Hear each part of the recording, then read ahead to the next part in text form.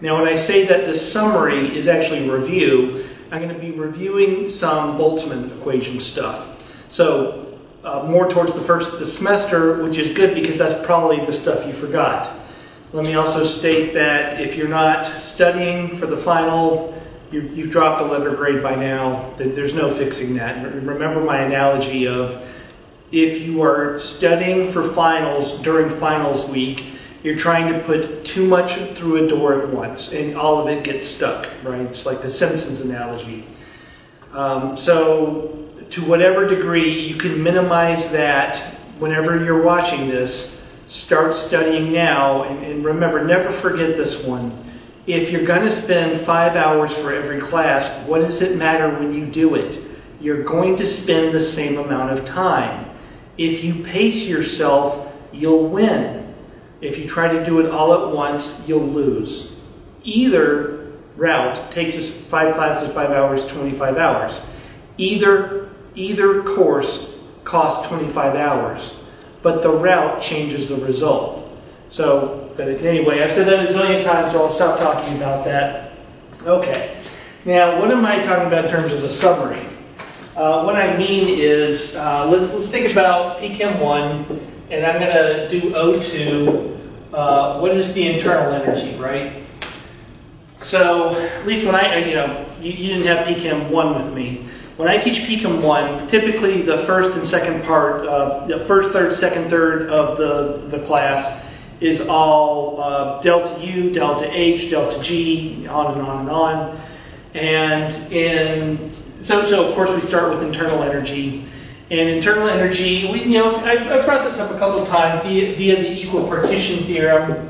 It's 1/2 RT or kBT, and you know I like kB in this class, right? The gas constant divided by Avogadro's number. I like that in this class. So I'm talking about a single molecule, 1/2 kBT times degrees of freedom, right? The degree of freedom is 3 translations for everything. Everything can translate in 3 XYZ because 3D universe. Okay, then you add rotations. Now for oxygen, there's only 2, right? There's this rotation, so I'm holding on to the oxygens. There's this, then there's this, but there is no twirl, right? There's this. That is not real. That's not real. You can't bowl an atom, right? That doesn't. An atom's surface is made of like the electron. And you can't roll that. That doesn't even make sense. If you were to try to roll it, the electron whizzes around on its own a billion times before you would perceive it rolling even once. So oxygen, linear molecules have 2 rotations. Nonlinear have 3. And then you have vibrations. And of course you have 3n minus 5 for linear, 3n minus 6 for nonlinear. So that would be 6 minus 5 is 1. There's 1 vibration. Of course, O2 can only vibrate this way.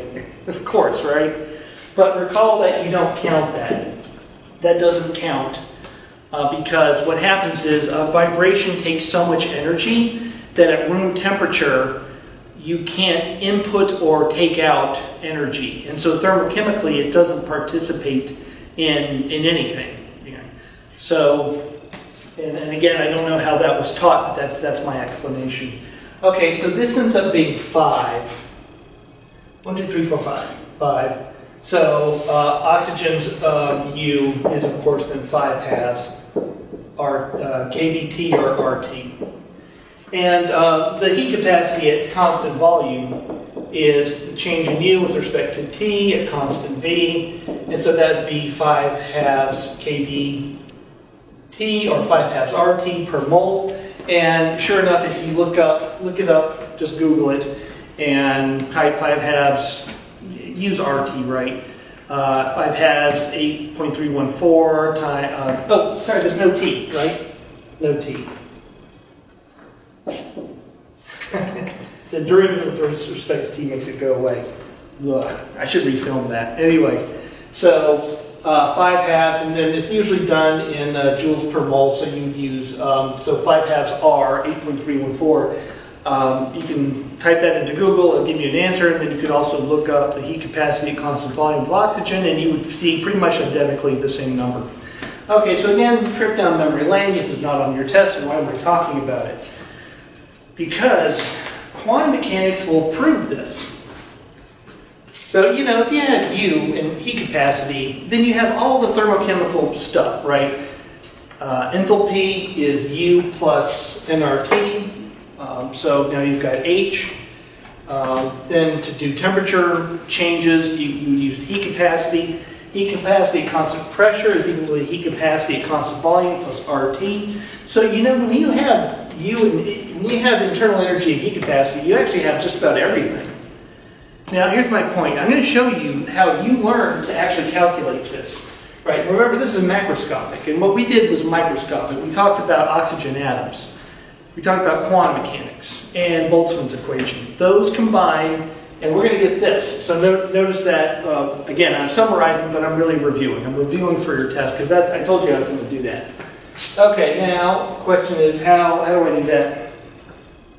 Okay, so we're going to do translations, rotations, and vibrations. We're going to figure out our quantum Boltzmann equation, and then we're going to get to that. Okay, now what's the quantum for translation? So what, you know, I don't recall us ever discussing the quantum mechanics of translation, right? We didn't.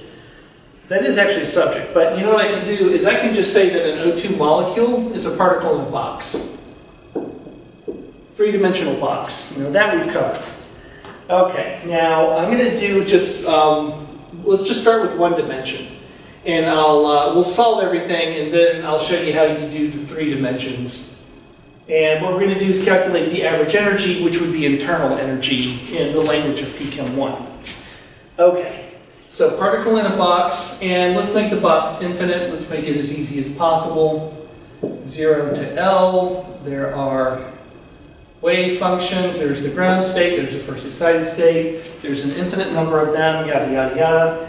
And you may recall that the energy from boundary conditions was n squared h squared over 8mL squared. Okay, now, hopefully you remember some things about the particle in a box. The boundary conditions did take the wave functions. Once we have the wave functions, and what is that? That's sine. There's normalization, sine n x over L, n pi x over L. Yeah, square root of 2 over L. I'm doing that from memory, so hopefully that's right. That's the normalization constant. So we had boundary conditions, we got the wave functions, those are the solutions, and with the solutions, we can then figure out things like energy, and then you even did things like spectroscopy with it, right? So remember I was telling you that, you know, you set up the problem, which gets you the Hamiltonian, the solution are the wave functions, and then the wave functions you do, you know, really a lot of things. Now, at the beginning of class, we just would write down the energy, but later we could do things like spectroscopy, transition moments for a particle in a box, and there's really a whole bunch of other things if we had time to do them. Well, like here's one of them, right? So what else can I do with this? All right, so what I want to do is now calculate the average energy. And this is one dimension, so what we're going to do is we're going to find, I mean, let me go ahead and give it to you. It's going to be 1/2 kBt, right? So this is one dimension, it's x, and we're going to find energy, which unfortunately is the same thing as U. So we have 2 letters for the same thing. Sorry, you know that happens a zillion times. We're going to find it's 1/2 kBt. And then there would be another one for Y and another one for Z. And there we go. We get our 3 translations, and that's going to contribute 3/2 kBt. And then we'll do vibrations and on and on and on. Okay, so I've already given you the answer, but now we do have to do it, right? Okay, now how would I do this?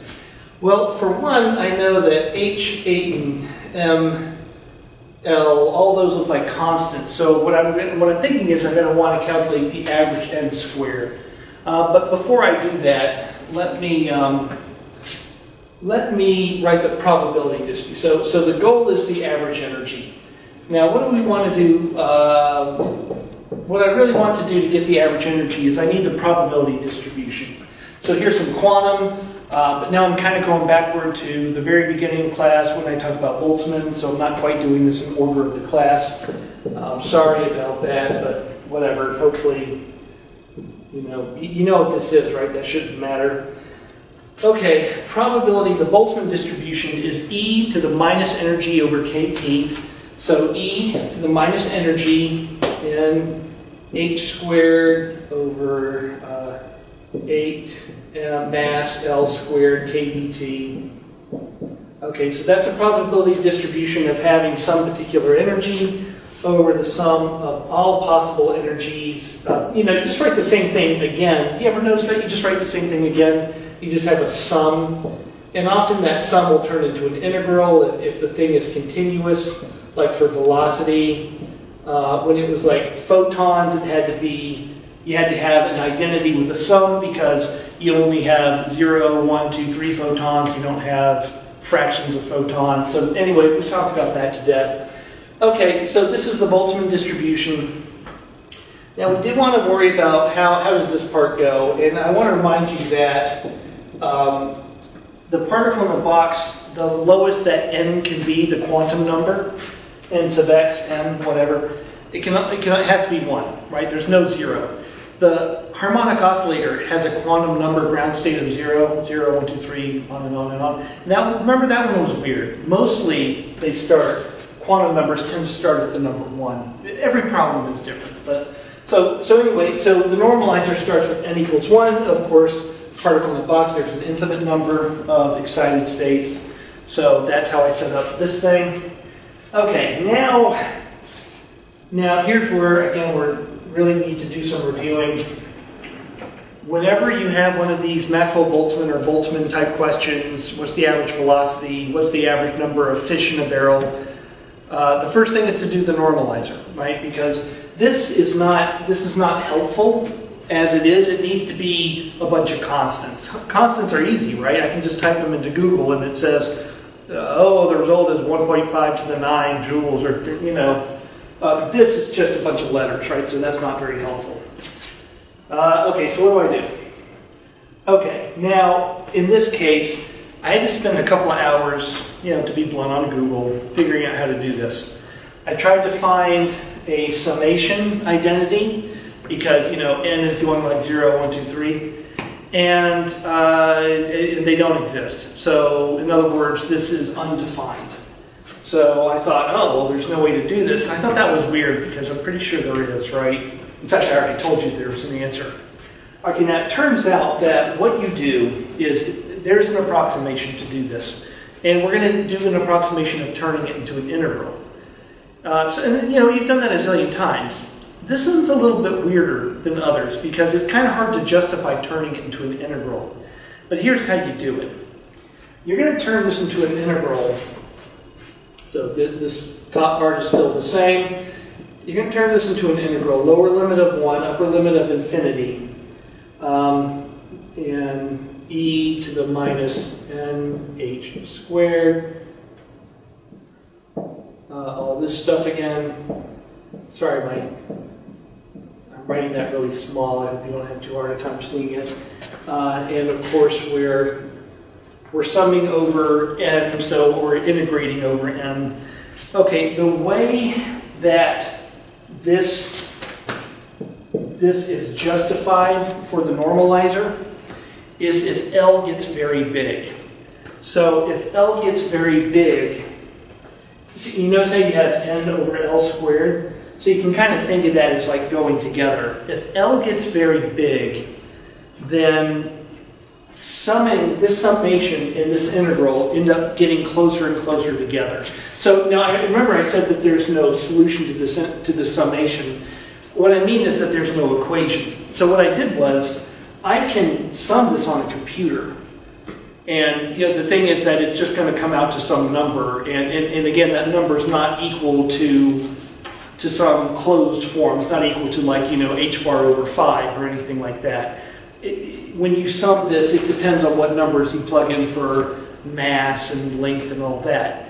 Okay, now so understanding that, when I plug in a bigger and bigger L, like, you know, several nanometers and whatnot or bigger, and then I evaluate this integral, then they end up becoming closer and closer together until they're like the same to like 10 significant figures if L gets very big. Okay, then the next thing is this lower limit of 1, make it 0. For the same reason. What happens is as L gets bigger and bigger, the lower limit of 1 or 0, it changes it to like the 10th decimal place. Who cares? You know, when things aren't changing to like 3 decimal places, then we really don't care anymore. Okay, so again, Boltzmann equation, we have to solve the normalizer. This one's kind of weird. There's no equation for this, but unless L gets very big, in which case we can approximate it as an integral. And of course, guess what? Now we need to find an identity, so we look at the cheat sheet. And you find this in the cheat sheet. It's one of our standard ones. You probably can look it up online. Well, of course you can look it up online. You can look it up. You can actually just type this into our little math equation websites, which, you know, I like so much. And so there's that. Okay, so then what's this whole thing equal to? E to the minus. I didn't give myself much room, did I? Okay, so there's that on top. Equal signs there. Okay, now what's on bottom? All right. Okay, so I'm going to have a square root of, so a big square root, and I'm going to have something on top and bottom. You see, I didn't give myself enough room, did I? Okay, pi on top. So hold on, 8 ml squared kbt pi over 4 h squared, and okay, so 8 over 4 is 2. There we go. And let me check if that's right. Yeah, that's right. And okay, so there you go. And now let me, one of the things that I notice you folks get confused is once you solve the normalizer, remember it's in the denominator. So when you write that out nicely, you would flip it over. So I'm flipping it over, right? And I'm going to write 2 pi m because it looks a little bit better. Okay, there we go. And then we still have e to the minus all this stuff, 8ml squared over kbt. Okay, and I'll just keep working down. Okay, so big picture, probability distribution, some way of solving the normalizer. Again, I've explained why you have to solve the normalizer. This one's kind of interesting because I told you that you have to have L get very big, but really what you're doing is you're bridging like from quantum to classical. You're getting more classical behavior, which is, you know, when Isaac Newton's in the driver's seat with force is mass times acceleration. None of that applies to quantum mechanics. You have a completely different set of equations for even motion when you do quantum mechanics.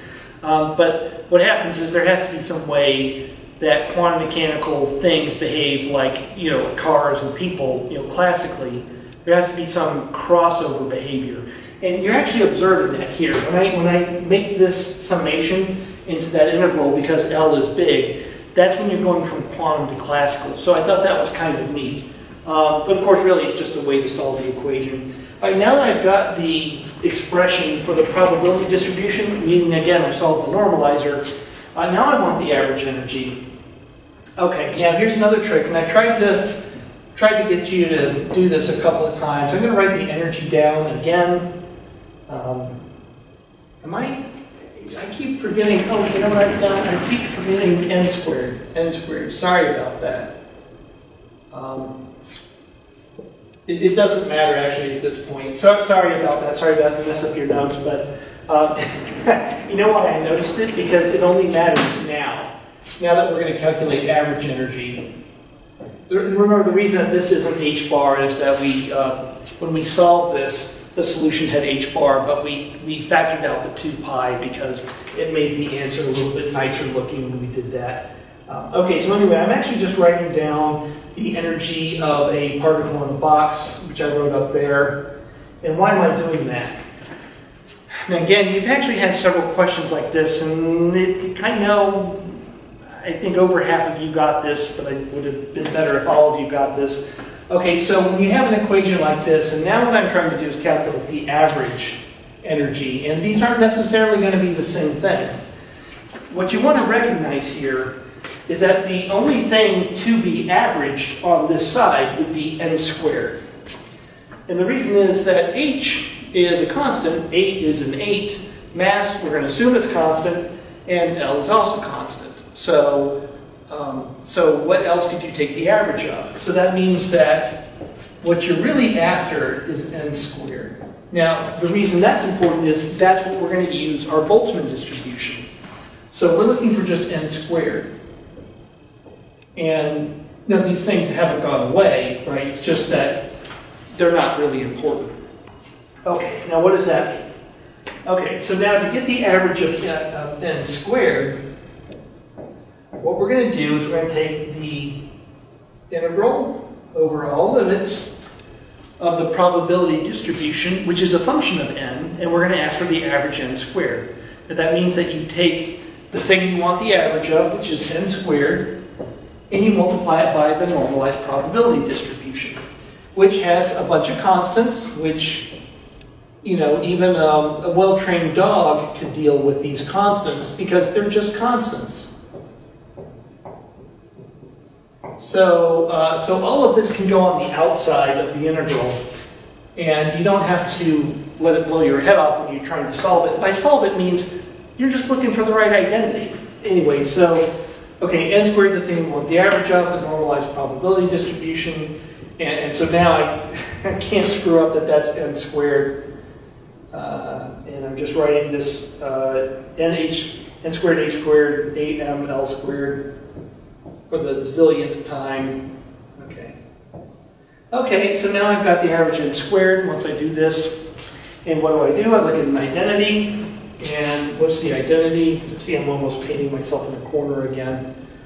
0, again, from a previous homework or online or from the website. So when I write those identities on your homeworks or exam cheat sheets, either I cut and paste them from a previous exam, or where did I get those? I got them from those websites, the Wolfram websites.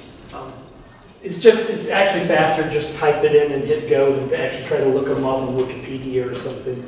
Okay, so what is this? What is this? This is, kind of complicated. Square root of pi for a to the 3 halves. Okay. All right, but notice that we're done. Right? These constants come out. N is integrated away. Remember, n squared is x squared. Square root of pi, 4, and a to the 3 halves. You have to recognize that a is h bar squared, 8ml squared kBt. That's all you have to recognize. Okay, so let's put all this together. Give myself a little bit more room. Constants come out. Should have, again, I really messed up. I needed to give myself more room here for everything. That doesn't look good. There we go. Okay, the constants come out of the integral.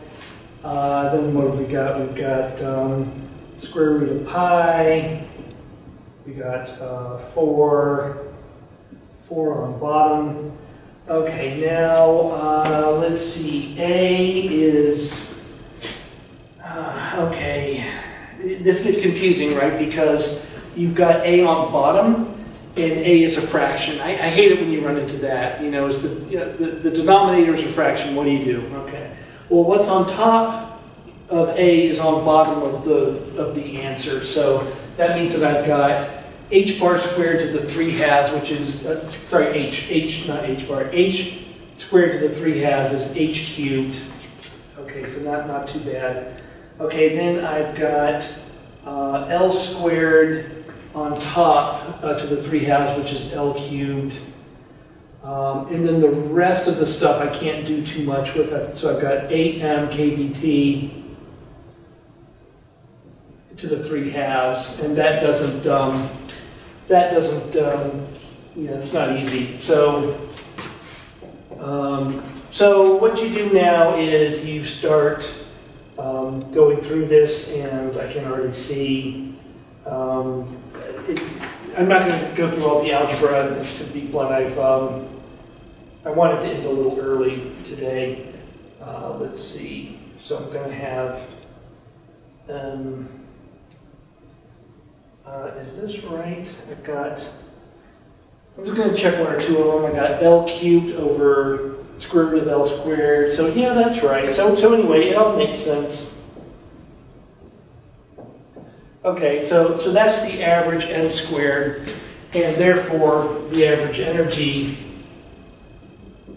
which is average N squared, I've already written it, H squared over 8mL squared is 4 over H squared. I'm writing this all over again. I don't know why. It's kind of stupid. Okay, so there's N squared, and I've got H squared on top over 8mL squared. L squareds cancel. 4 over 8 is 1/2. M's cancel. 1/2 kBT. Okay, so there you go. All right, now big picture. Now again, I've already mentioned that unfortunately, when I say energy in quantum, I've actually been talking about internal energy U. Sorry, it's a screw up. Quantum got, like all the examples use E, and when you do thermo, it's always U, and no one thought to make sure that those were the same, and now we're like stuck with it, so sorry. So this is the average internal energy, and it's, and notice that it's the same as the translational degree of freedom for something in one dimension. And why wouldn't it be? What can a particle in a box do? It can just translate. That's all it can do. It only has kinetic energy. So, oddly enough, if the box gets big enough, it's the same thing as the equipartition theorem. 1/2 kBT for a degree of freedom. Now, motion in a single dimension, which is what we solved, is 1 degree of freedom, therefore has 1/2 kBT of energy, 1/2 kBT of energy. So notice how we've bridged your thermo from last semester. We did some quantum mechanics, which was really one of our easier ones, right? Boltzmann equation, which I know that there's a hideous mess of letters, but really, come on, it was just a bunch of identities, right? And the whole soup of constants. Yeah, that's a little sucky, but algebra is a middle school skill, right? So there you go. Now, of course, if you include the other degrees of freedom, then you have your 3/2 kBT. Okay, halfway there. Now we have to do the rotation and vibration. There's a little bit of a trick there. Let me get a new pen and take a small break, wipe out the board. We're going to do those. We're almost done, actually. The next ones are actually kind of easy. Okay, now the rotation part. We're going to do this the same way. Define the energy, do the Boltzmann equation, then do the normalizer, solve the average energy, and what are we going to get? Well, we're going to get, let's see, we should get 1/2 kBT for every rotational degree of freedom, and O2 has 2 rotational degrees of freedom. So we should get kBT at the end. That's going to be the average energy. So we'll have 3/2 kBT from the translations, plus 1 more kBT from the rotations, and notice that then we've got the internal energy of O2, and we will do a little bit about the vibrations as well. Okay, what is the energy of rotation?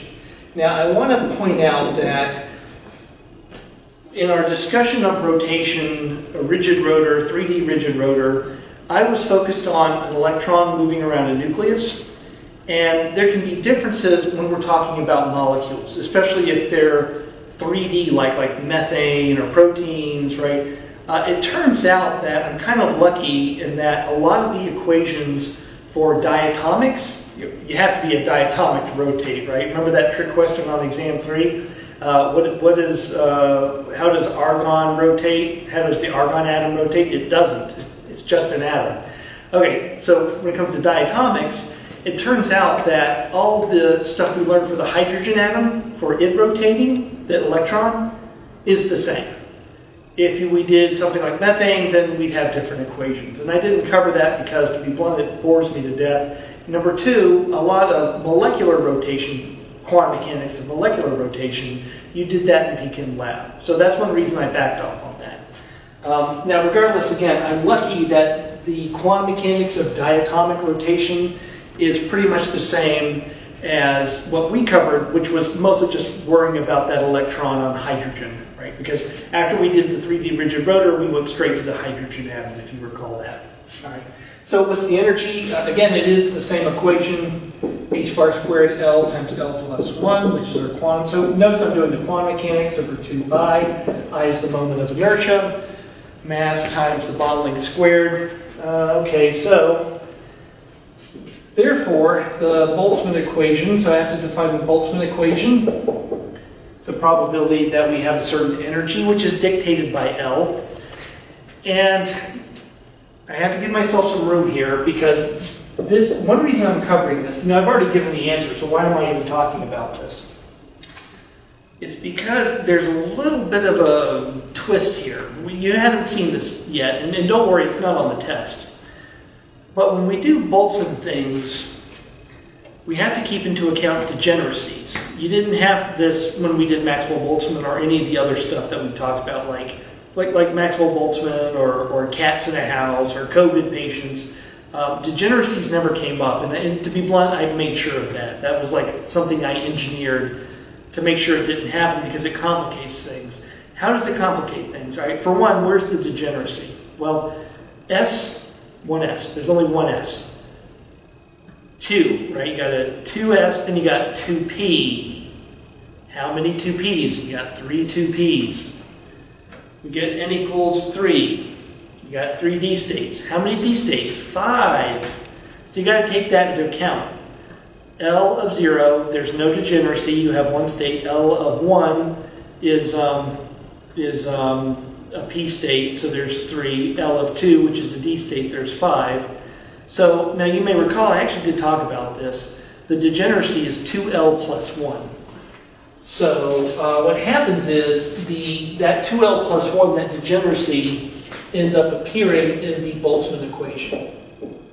So here is our e to the minus energy that, you hopefully are kind of sick of this.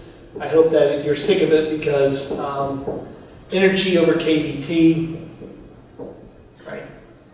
Hopefully you're sick of that. But there's this extra bit, this 2L plus 1. Now again, I just want to point out, it's there just because of the degeneracy. And the way to interpret it is, things want to be in the ground state. But due to thermal energy, they use that thermal energy to be in excited states. It will fundamentally change things if there's more excited states, right? If something wants to go from 1s to 2p, it is different if there's 3 2p states, which there are, versus just one 2p state, which is not true. It's going to find its way easier. I think doesn't that make sense? If there's more, if we're talking about thermal energy driving something from 1s to a 2p state, it's like easier for that to happen if there's more 2p states. And there are. There's 3 of them, px, py, and pz. But there's only one 1s state, right? 2L plus 1. Okay, now on the bottom, same thing happens. 2L plus 1. Now again, everything, when you do the normalizer, you just rewrite everything except that you have a sum, and maybe that sum turns into an integral. And now we also have to know what the limits are, and here it's a little bit easier because L of 0 is the correct lower limit S state, right? Is the lowest. Okay, so now what? Okay, it turns out that now we've got to solve this thing. And as before, it can be turned into an integral. And actually, the reason is that it's very similar to velocity, to Maxwell-Boltzmann. Remember that for Maxwell-Boltzmann, we just basically immediately turned the sum into a sum for velocity x times velocity y, velocity z. We just turned those sums to integrals. And the justification was that velocity can take like any, 0, 0.1, 0.2 meters per second, right? It's continuous, it can have any value. You know, rotation is actually very similar. While it is quantized in discrete L's, the energy spacings are really, really fine. It's basically continuous. So, and that's why, you know how you know that? In PChem Lab, that vibrational structure, you have just one vibrational line, but the rotational lines, there's like a zillion of them, right? That's because it's kind of continuous. And that's why we can approximate this as an integral. And so actually, I'll tell you what, now just keep track of what I'm doing. I'm just going to do the normalizer. I don't want to have to write that stuff on top again. Okay, so the normalizer, we're going to turn the sum into an integral, which is really well justified. 2L plus 1 e to the, I'm writing this over again, which sucks, but I should just PowerPoint it right. And what I did here, I ended up having to use the normal website won't do this. This is a little too complicated. You know how sometimes it hangs up sometimes, especially if you don't type things right, or if you give it too much, it hangs. So what I did was I had to use, I don't know how to do this, okay, by hand. I just have better software that gives the faculty. So, and so what I found was, where's my identity? So basically it was like this, integral 0 to infinity of 2x plus 1 e to the minus a x times x plus 1. So that's how I did it, and it is 1 over a. So it's, this actually kind of that looks definitely a little bit more complicated. I was really surprised that it came out to be such a simple identity, but whatever. Okay, so what is this? Okay, so this is I have to have my nose, this is too complicated, I'm not going to do this off the top of my head. Just 2I kBT. It's just the inverse of the argument of the exponential over h bar. Well, that's h bar. Do I h bar? Yeah, sorry. I missed the little h bar. Okay, so that's the normalizer. Now, one problem that I had with a lot of you folks, we've done this question many, many times. Some of you sometimes stop here. You just solve the normalizer and you're like, well, that's the answer. No. You may have noticed when you got half credit, we're only half done. Okay, so now what? So now we have to do the average. So now the probability distribution is, of course, h bar squared. Note, again, I'm flipping it. 2I kBT, L times L plus 1. Little Russian dolls there nested. E to the minus h bar squared. L times L plus 1. 2I kB. Okay. So that is the normalized probability distribution. And now I'm going to do this a little differently to get the average energy. So now what's the average energy? The way I'm going to do this is, instead of doing some snarky, like, oh, let's just, I can just figure out the average L.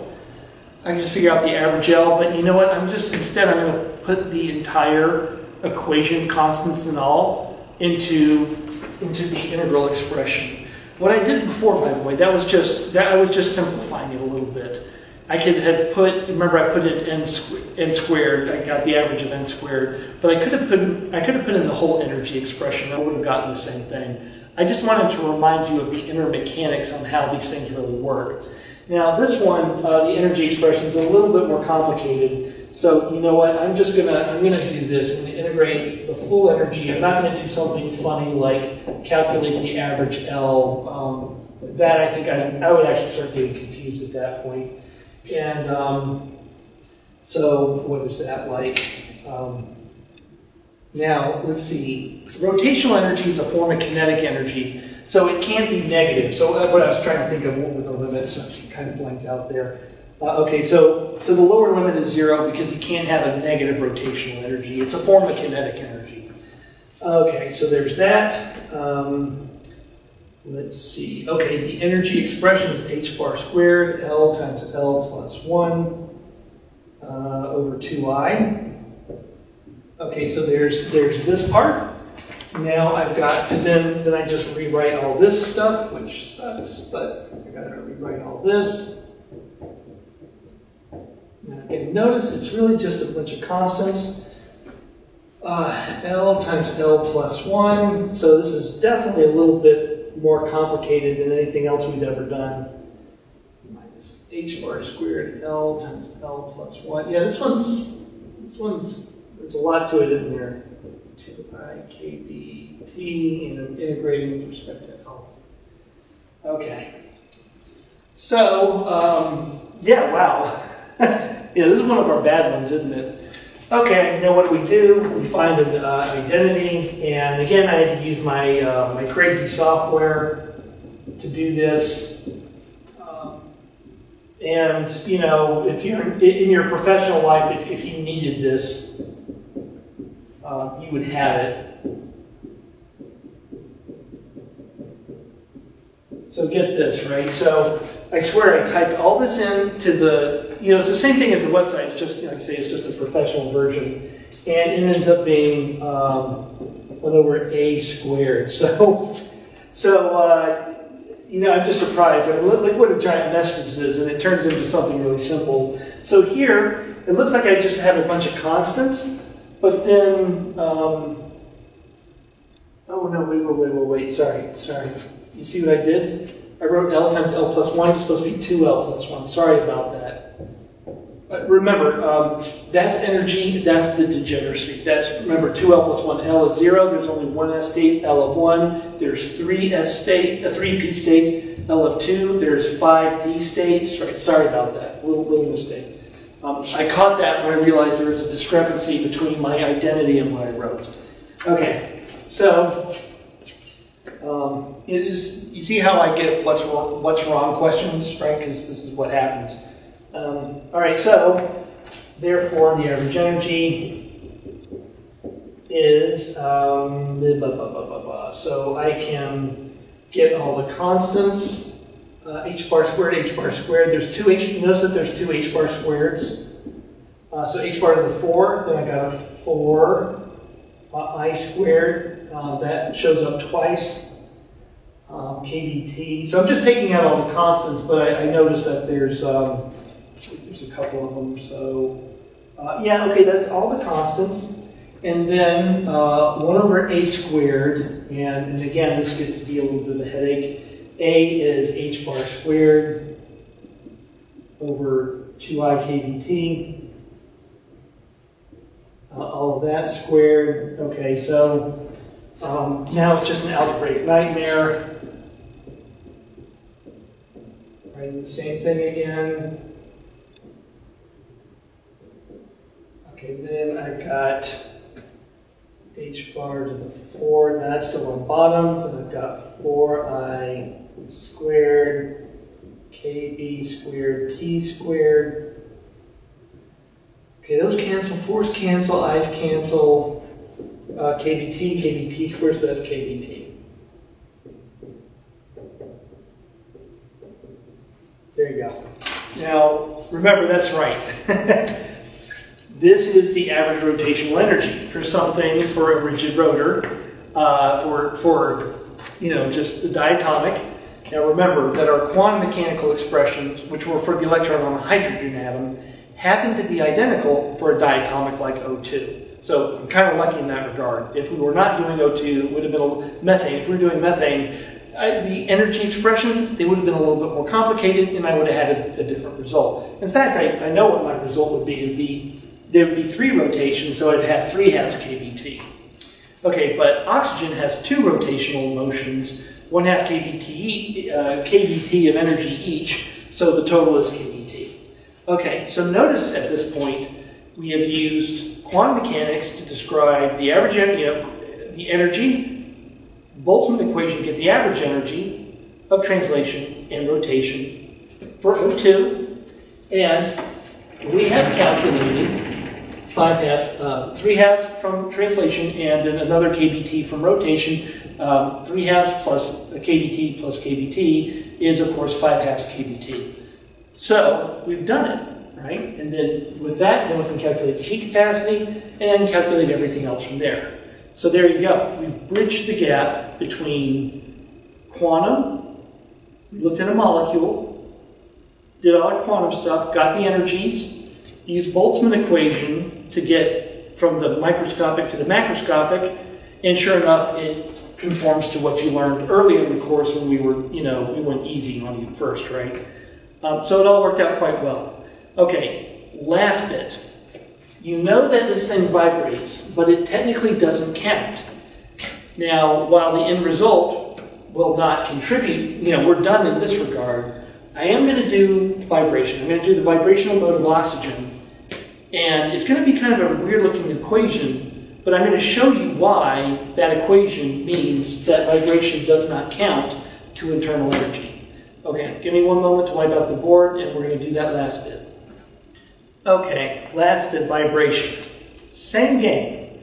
What is the quantum mechanical energy? Plug that into the Boltzmann equation, calculate the average energy.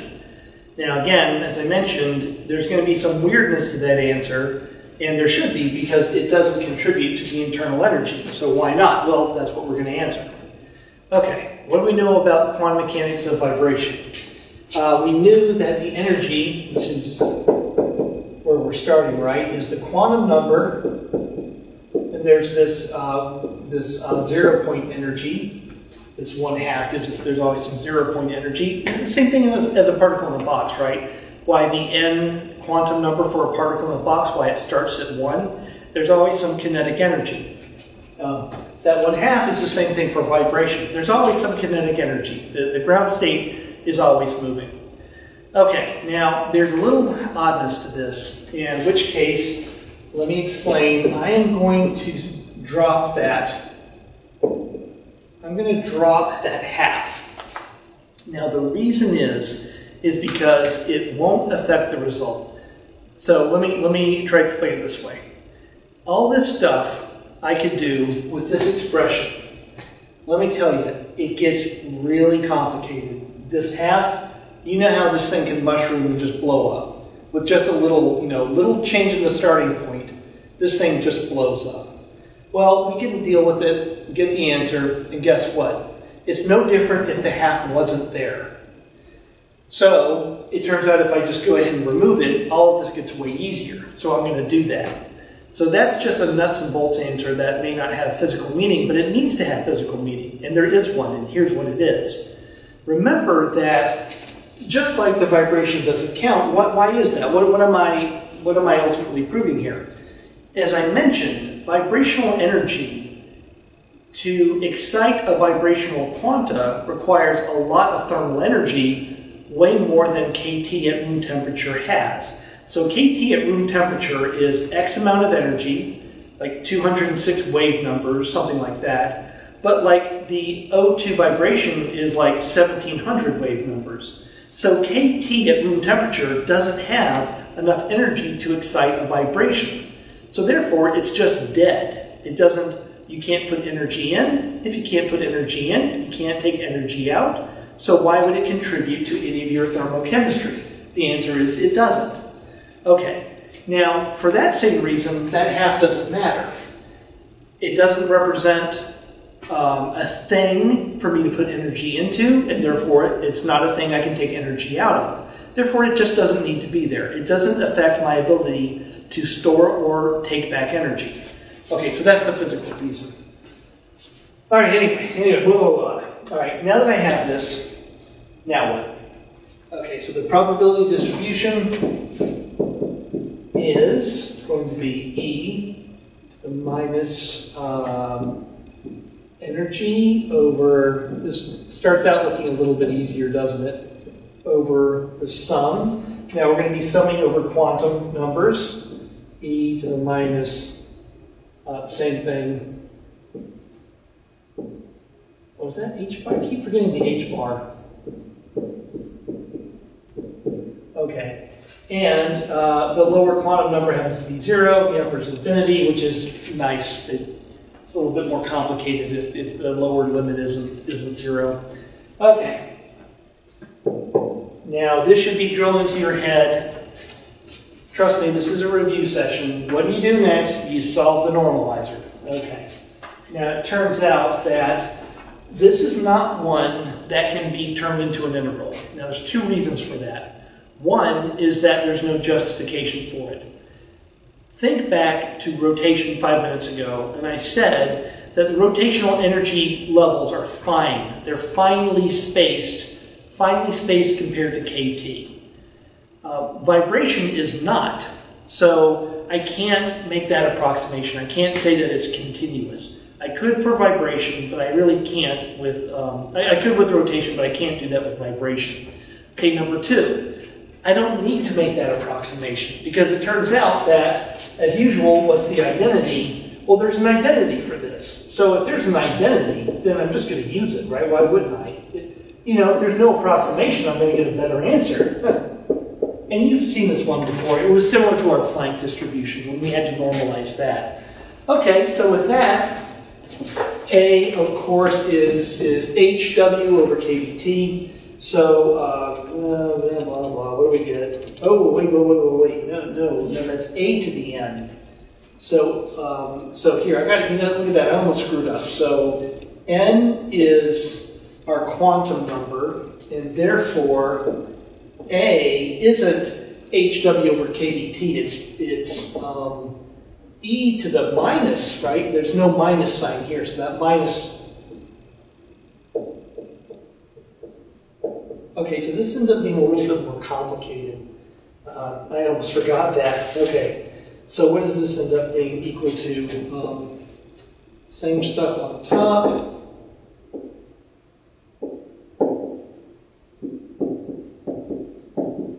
And I don't know why my little, what is that? That's a nu. It's a nu. Anyway, what's this on bottom? Okay, 1 minus A, 1 minus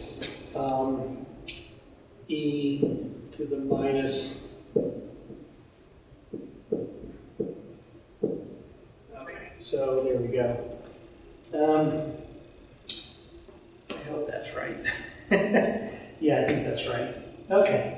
So, okay, now we have our normalized Boltzmann distribution. And now we need to calculate the average energy. And to do that, notice that like before, so the question is, what is this? And it can be turned into what's the average nu times h bar w. H bar omega, the frequency, right? Angular frequency. Okay, but notice that I can just, or I could just throw the h omega in there to begin with. So let's see, how do I do that? So the average energy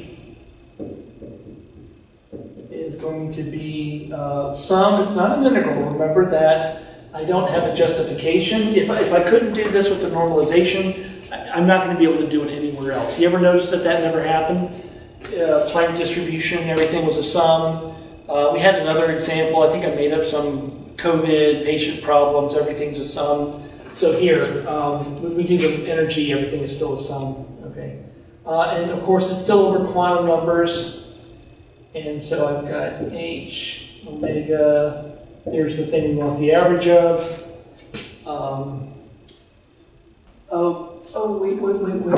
Wait. Look what I did. Sorry, I keep messing up. It's the minus 1, right? Right, 1 over. The normalizer is this over 1 minus a. So, sorry about that. So this ends up being, oh, my bad. I'm just really off today, aren't I? Okay.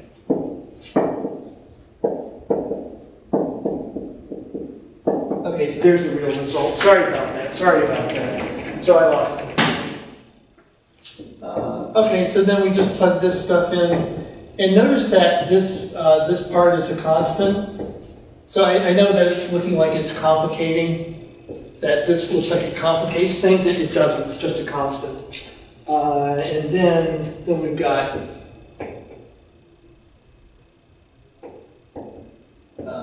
same thing.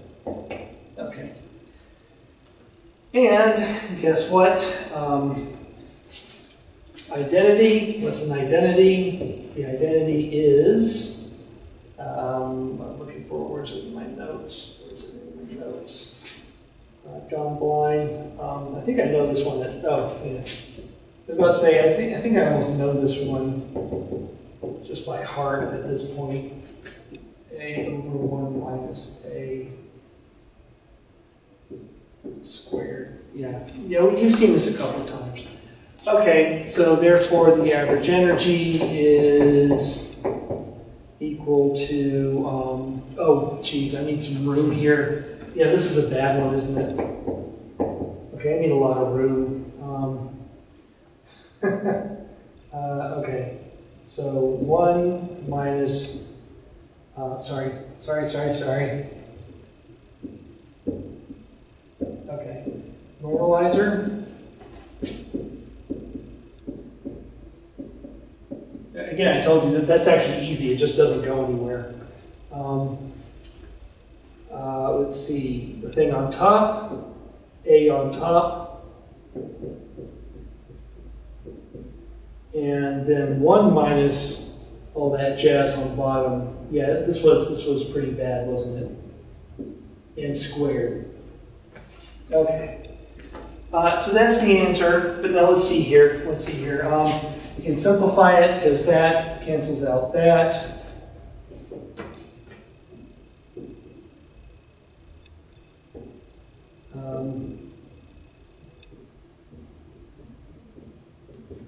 So it ends up being not terribly bad looking.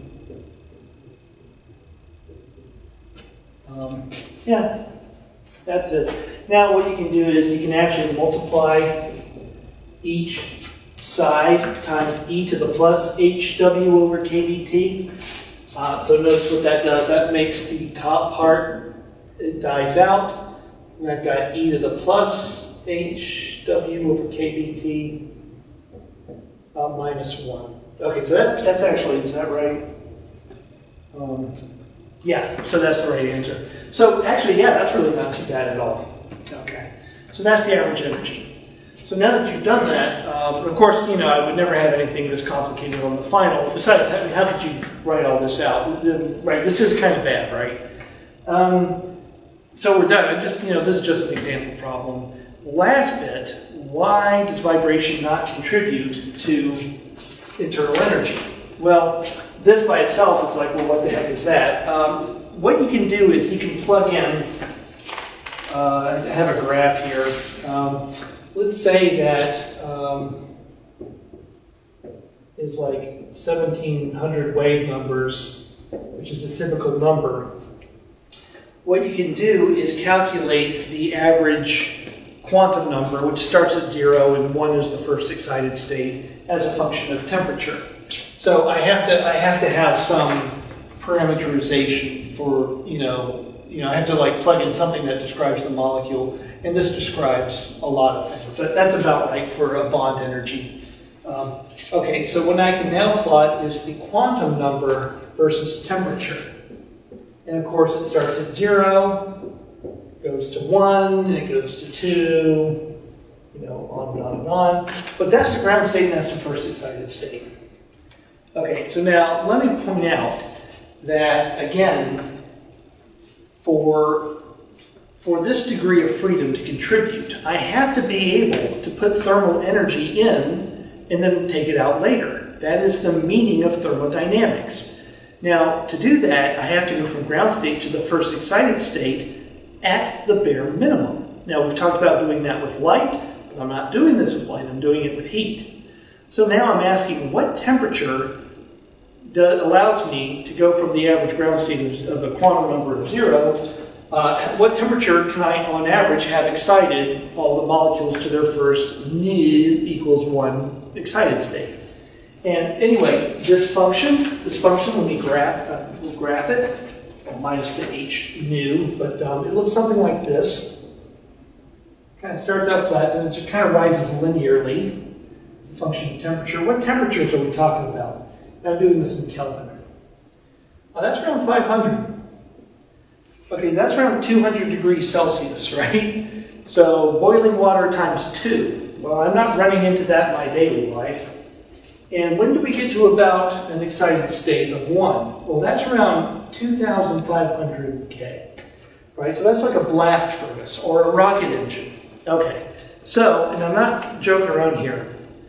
If we work for NASA and we're designing rocket engines, then you probably would have to take into account vibrational thermodynamics. It would contribute to your internal energy. It would affect how the rocket operates, how much energy comes out of it. If you're working on rockets or blast furnaces for like melting steel. Now, cool, maybe some of you will end up doing that, and I hope you remember this. For the most part, at room temperature, which is right here, it is impossible for thermal energy to excite to excite your kind of rather normalish vibration. So that's why we say it doesn't contribute to its thermodynamics.